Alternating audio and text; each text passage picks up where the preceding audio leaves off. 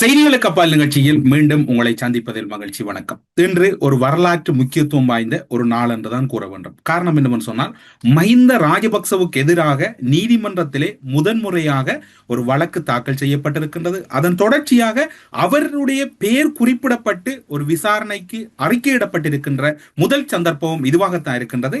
கடந்த காலங்களில் இந்த வழக்குகள் எல்லாம் அவருடைய மனைவியின் பெயர், அவருடைய பிள்ளைகளின் பெயர், அவருடைய மாமியாரின் பெயர், அவருடைய உறவினர் பெயர்களில் இருந்து வந்த நிலையில் முதன்முறையாக மஹிந்த ராஜபக்சவின் பெயர் இதில் முன்னிலைப்படுத்தப்பட்டிருக்கின்றது.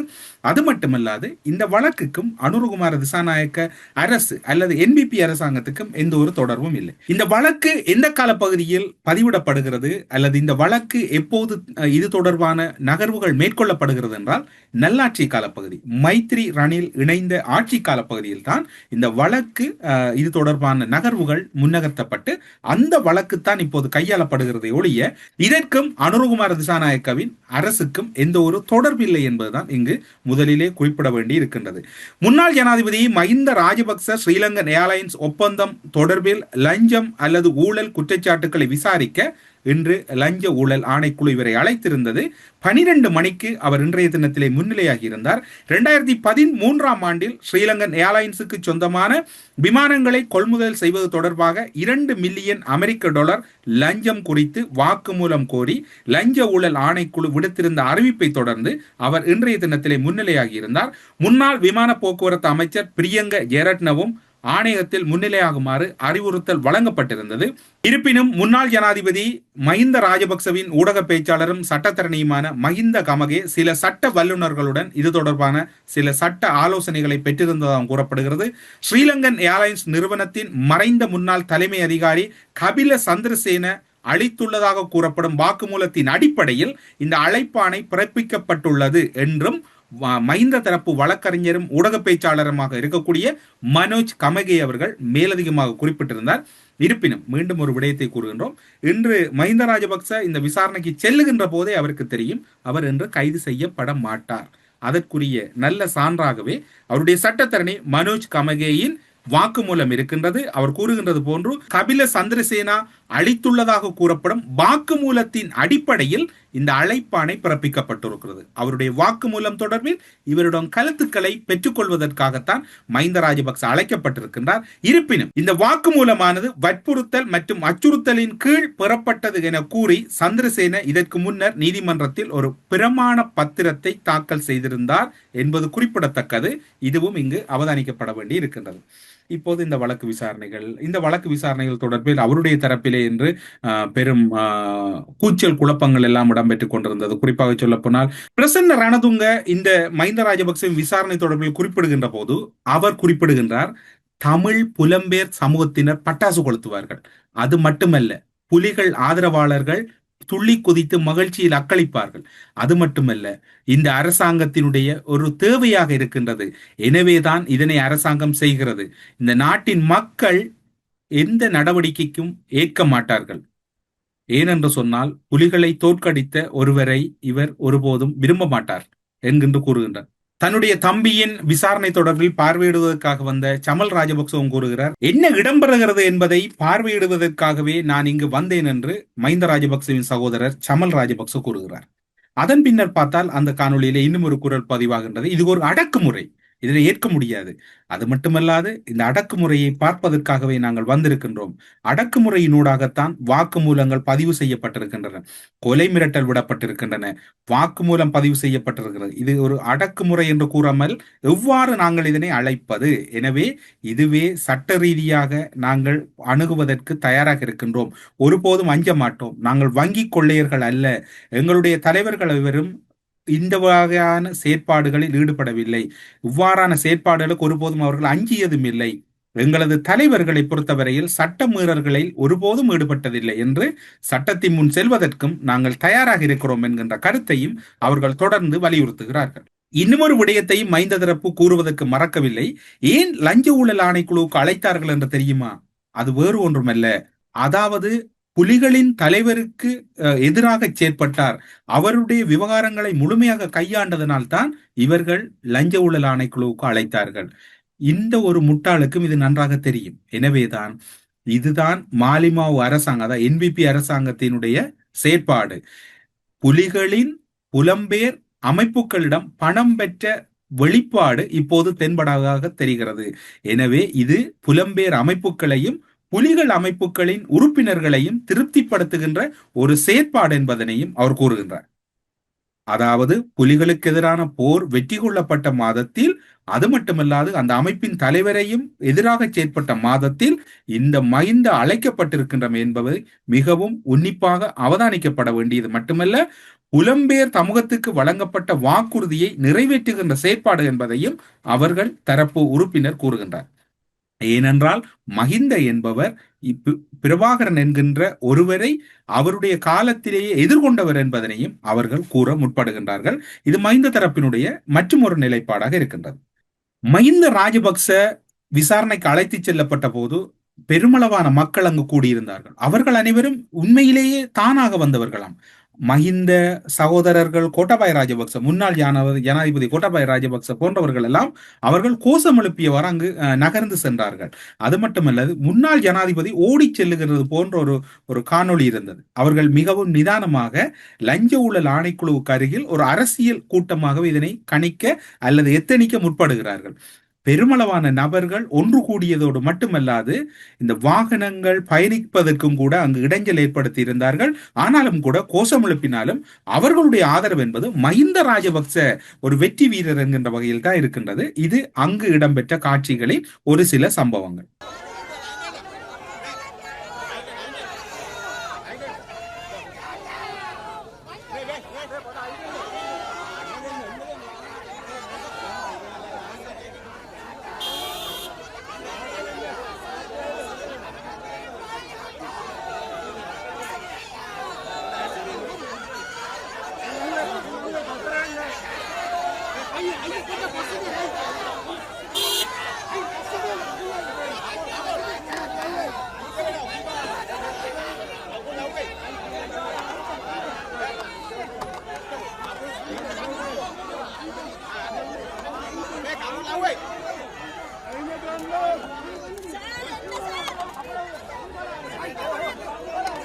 இப்போது நீங்கள் பார்த்திருப்பீர்கள், அதாவது மஹிந்த ராஜபக்ச லஞ்ச ஊழல் ஆணைக்குழுவுக்கு அழைத்ததற்கும் புலம்பெயர் தமிழர்களும் ஈழத்தமிழர்களின் காரணம். அது மட்டுமல்லாது புலிகளின் தலைவர் விடுதலை புலிகள் அமைப்புகளையும் இவர்கள், அதாவது மஹிந்த ராஜபக்ச தரப்பை பொறுத்தவரையில் அவர்களுடைய அரசியல் அறுவடை அல்லது அவர்களுடைய அரசியல் முதலீடு என்பது புலிகளும் அதன் தலைவரும். இன்று வரைக்கும் புலிகளின் தலைவரை பார்த்து நடுங்கும் ஒரு தரப்பாகத்தான் மஹிந்த ராஜபக்ச இருக்கின்றது.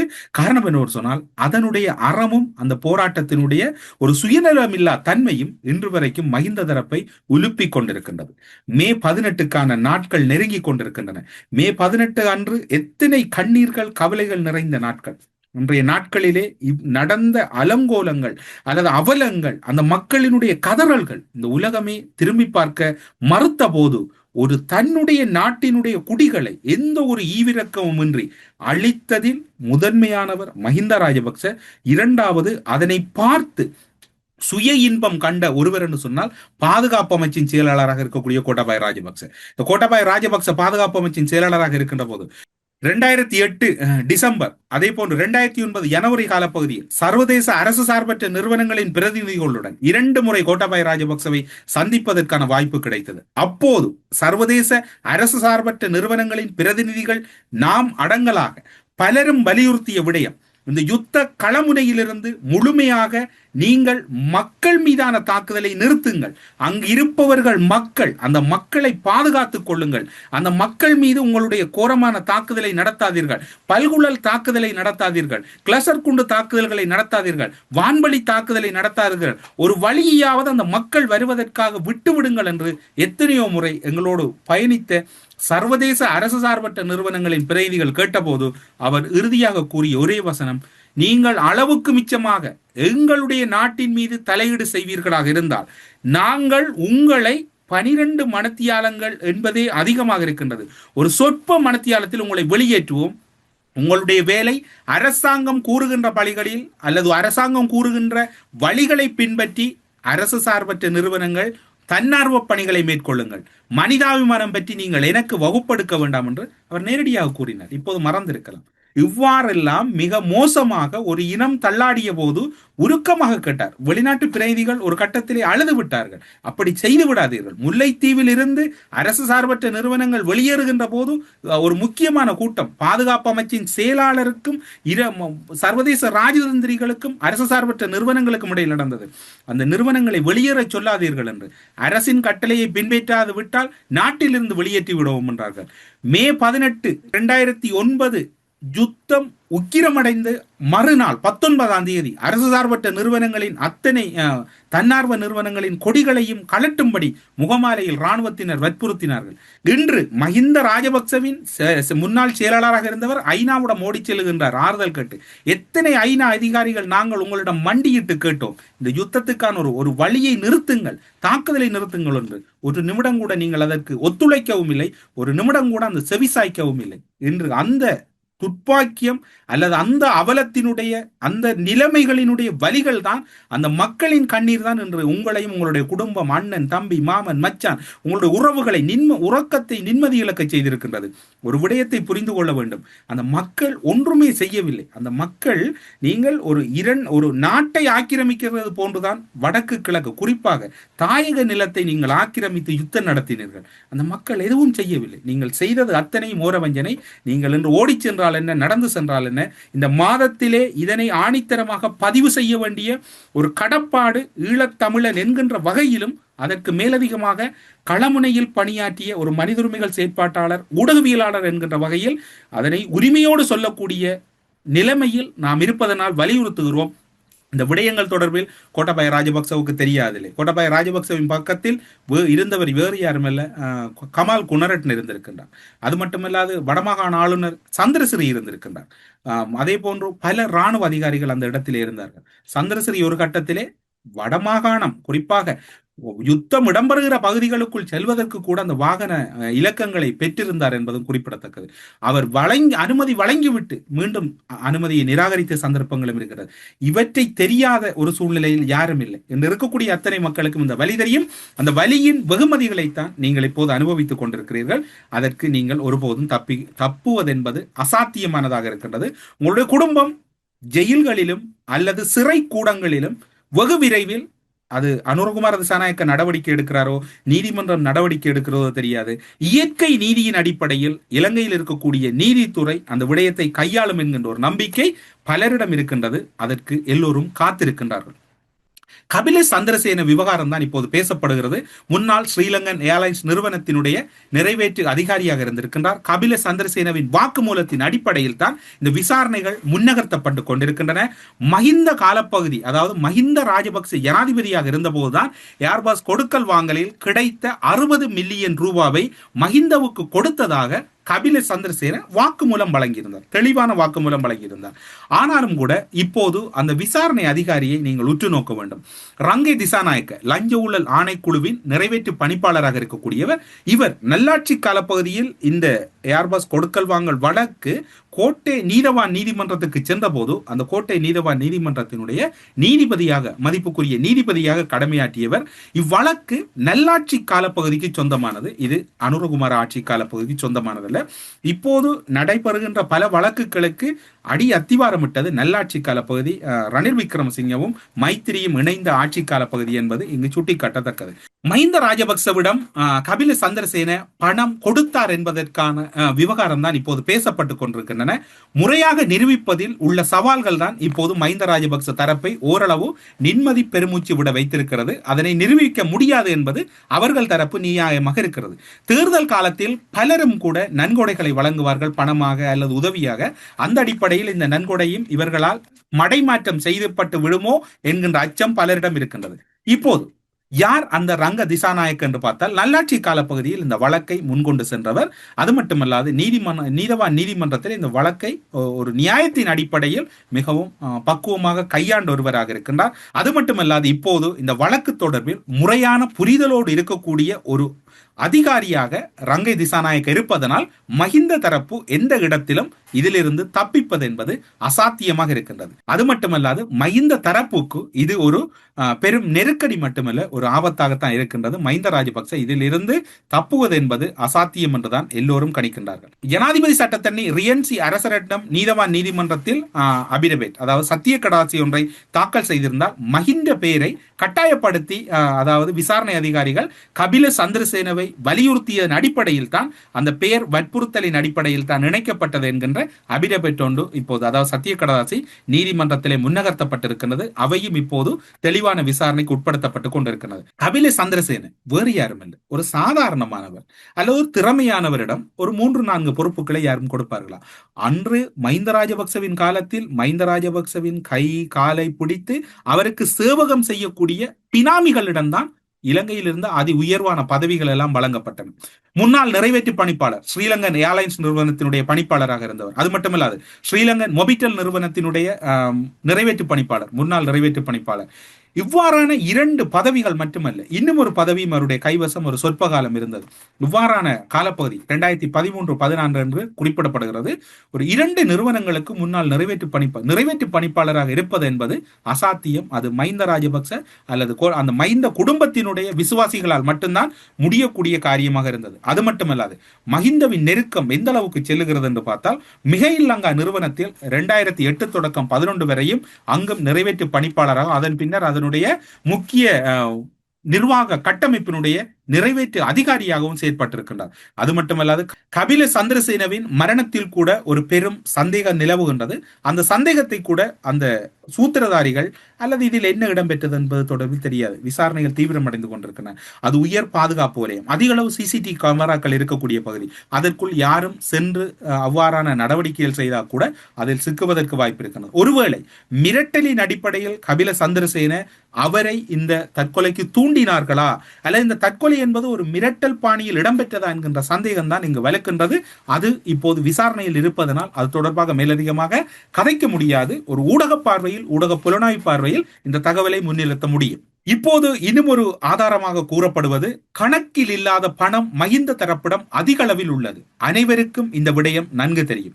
கபில சந்திரசேனவின் வாக்கு மூலம் இதில் ஒரு பெரும் ஆதாரமாக போகின்றது.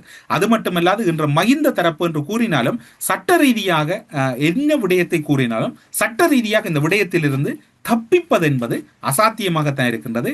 என்று சொன்னால் கபில சந்திரசேனவின் வாக்கு மூலம் பிழை என்கின்ற அபிடவேட்டை நீதிமன்றத்தில் முன்னிலைப்படுத்தினாலும் அல்லது முன்னகர்த்தினாலும் கூட கபில சந்திரசேனவின் வாக்குமூலம் இருக்கின்றது. அதிலே இன்னும் ஒருவர், அந்த விசாரணை அதிகாரி என்பவர் இந்த விவகாரங்களை முழுமையாக நன்கு அறிந்தவர். வரலாற்றில் முதன்முறையாக மஹிந்த மீது ஒரு புகார் அல்லது ஒரு குற்றச்சாட்டு நீதிமன்றம் லஞ்ச ஊழல் ஆணைக்குழுவை முன்னிலைப்படுத்தி நகர்த்தப்பட்டிருக்கிறது. மஹிந்த மீதுள்ள ஆதாரங்கள் இதற்கு மேலும் வலி சேர்ப்பதற்கு வாய்ப்புகள் இருக்கின்றன என்பதுதான் இப்போது குறிப்பிடத்தக்கதாக இருக்கின்றது. இலங்கை வரலாற்றில் லஞ்ச ஊழல் ஆணைக்குழு வெறும் ஒரு ஆணைக்குழுவாகத்தான் இருந்திருக்கின்றது, இன்று வரையும் இருந்து கொண்டு வருகின்றது. அதுதான் அதனுடைய வரலாக இருக்கின்றது. எந்த சந்தர்ப்பத்திலும் அது தன்னை ஒரு நியாயமான ஒரு திணைக்களமாக முன்னிலைப்படுத்தவில்லை. இவ்வாறான சூழ்நிலையில் மஹிந்த ராஜபக்ச மீதான வழக்கு விவகாரம் அல்லது விசாரணை என்பது லஞ்ச ஊழல் ஆணைக்குழு இலங்கை வரலாற்றில் மஹிந்த ராஜபக்ச மீது தாக்கல் செய்யப்பட்ட முதல் வழக்காகவும் முதல் குற்றமாகவும் இருப்பதனால், குற்றச்சாட்டு இருப்பதனால் இந்த விவகாரத்தை முழுமையாக விசாரித்து ஒரு முழுமையான ஒரு தூய்மையான நிலைப்பாட்டை லஞ்ச ஊழல் ஆணைக்குழு எடுக்குமாக இருந்தால் அது இலங்கை வரலாற்றில் ஒரு பெரும் சாதனையாக பார்க்கப்படுகிறது. அது மட்டுமல்லாது இன்றைய தினம் மஹிந்த ராஜபக்ச செல்லுகின்ற போது அனைவருக்கும் தெரியும், அவர் கைது செய்யப்பட மாட்டார். அவர் கைது செய்யப்படுவதற்கான எந்த ஒரு முகாந்தரங்களும் இல்லை. இன்று நடப்பது அவருடைய சட்டத்தரணி கூறியது போன்று கபில சந்திரசேனவிடம் இருந்து பெறப்பட்ட வாக்குமூலத்தை அடிப்படையாக கொண்ட விசாரணைகளை அன்றி மஹிந்த ராஜபக்சவை கைது செய்வது அல்லது மஹிந்த ராஜபக்சவை கைதுகள் நோக்கிய விசாரணைகளாக நகர்த்துவது என்பது இன்று பொருளும் அல்ல, அது தொடர்பான நடைமுறையும் அல்ல. அது கபில சந்திரசேனவிடம் இருந்து பெறப்பட்ட வாக்கு மூலம் தொடர்பிலான இவருடைய கருத்துக்களை கேட்டறிவதுதான் இன்றைய தினம் இடம்பெற்றது என்பது SLPP-யாக இருக்கலாம் அல்லது கோட்டாபய ராஜபக்சவாக இருக்கலாம் அல்லது அவர்கள் தரப்பில் இருக்கக்கூடிய அனைவருக்கும் இந்த விவகாரம் நன்கு தெரியும் என்பது இங்கு சுட்டிக்காட்டத்தக்கது ஒன்றாக இருக்கின்றது.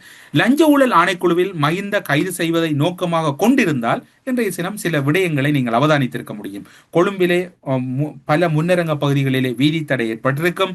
அது மட்டுமில்லாது விசேட அதிரடிப்படையினர் STF நிறுத்தப்பட்டிருப்பார்கள். பாதுகாப்பு பலப்படுத்தப்பட்டிருக்கும்.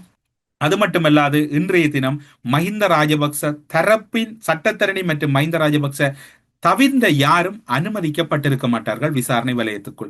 இவை எல்லாவற்றையும் கடந்து இவர்கள் அனைவரும் அனுமதிக்கப்படுகின்ற போதே இன்று மஹிந்த ராஜபக்சவுக்கு எந்த ஒரு வகையிலும் கைதோ அல்லது மேலதிகமான எந்த ஒரு நடவடிக்கையும் இல்லை என்பது அவர்களும் நன்கு அறிவார்கள். ஆனால் இன்றைய நாளை மஹிந்த தரப்பை பொறுத்தவரையில் மிக மிக லாபகமாக ஒரு முக்கியமான ஒரு அரசியல் நிகழ்ச்சியாக மாற்றிவிட்டார்கள். அது மஹிந்த ராஜபக்சவிடம் இருக்கக்கூடிய அனைவருக்கும் கைவந்தகளை அவர்கள் இதனை ஒரு ஒட்டுமொத்த அரசியல் நிகழ்வாக மாற்றி இருக்கின்றார்கள். எனவே இப்போது கபில சந்திரசேனவின் வாக்குமூலத்தை வைத்துக் கொண்டு மஹிந்த ராஜபக்ச அந்த விசாரணை நேர்த்தியாக சென்று ஒரு இறுதிக்கட்டத்தை அடையும் என்றால் மஹிந்த ராஜபக்ச தப்பிப்பது என்பது அசாத்தியமாக இருக்கின்றது.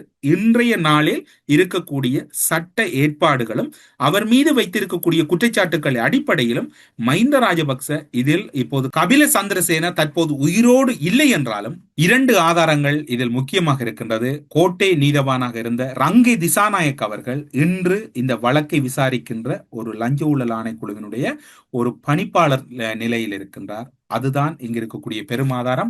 அவர் நீதித்துறையில் இருந்த போதும் மிகவும் நேர்த்தியான ஒரு கண்ணியமான ஒரு நீதிபதியாக இருந்திருக்கின்றார். அவருடைய விசாரணை அது இதிலும் பிரதிபலிப்பதற்கு வாய்ப்பு இருக்கின்றது. குற்றம் யார் செய்தாலும் தண்டிக்கப்பட வேண்டும். இவ்வாறுதான் விடுதலை புலிகளிடமிருந்து பெறப்பட்ட தங்கத்தில் கூட பல மோசடிகள் இடம்பெற்றதாக சரத் பொன்சேகா கூறியிருக்கின்றார். அந்த விவகாரங்கள் எடுக்கப்பட வேண்டும். இப்போதைய நிலையில் மஹிந்த ராஜபக்ச தரப்புக்கு தமிழ் மக்களும் தேசிய தலைவரும் தான் பெரும் பதட்டமாக மாறி இருக்கிறது. இன்று அந்த போராட்டம் மௌனிக்கப்பட்டிருந்தாலும் இவர்களை பொறுத்தவரையில் மே மாதம் வருகின்ற போது அந்த போராட்டத்தினுடைய துளிர் விடுகின்ற வீரியம் அல்லது அந்த போராட்டத்தினுடைய தன்மை என்பது நிம்மதியை இழக்கச் செய்கின்றது. அந்த விடுதலை போராட்டம் என்பது ஒரு உயிர்ப்புள்ள போராட்டம், உயிர் துடிப்புள்ள போராட்டம் என்பதற்கு மஹிந்த ராஜபக்சக்களின் தூக்கம் இழக்கப்பட்டது என்ற சாட்சியாக இருக்கின்றது. தேசிய தலைவரால் இன்று தென்னிலங்கையே பெரும் பதட்டம் அடைந்திருக்கின்றது. ஆனால் அது இடம்பெறுவது ஒரு விசாரணை. அதற்கும் தமிழ் மக்களுக்கோ புலிகள் அமைப்புக்கோ எந்த ஒரு சம்பந்தம் இல்லை. இவர் செய்திருப்பது ஊழல். அவர் மீது குற்றச்சாட்டுகள் முன்வைக்கப்பட்டிருக்கின்றன. அவர் குற்றச்சாட்டுகளிலிருந்து விடுதலையாவதென்றால் அவரை நிரூபணம் செய்து விடுதலையாகலாம். அதற்கு முன்னர் தமிழ் மக்களை தொடர்ந்து இவர்கள் துன்பப்படுத்துவது, தமிழ் மக்களை எல்லாவற்றுக்கும் இழிவாக பேசுகின்ற செயலை ராஜபக்ச தரப்பு நிறுத்த வேண்டும் என்பது பொதுமக்களின் எதிர்பார்ப்பாக இருக்கிறது என்று கூறி செய்திகளுக்கு அப்பால் நிகழ்ச்சியிலிருந்து விடைபெற்றுக் கொள்கிறோம். நன்றி, வணக்கம்.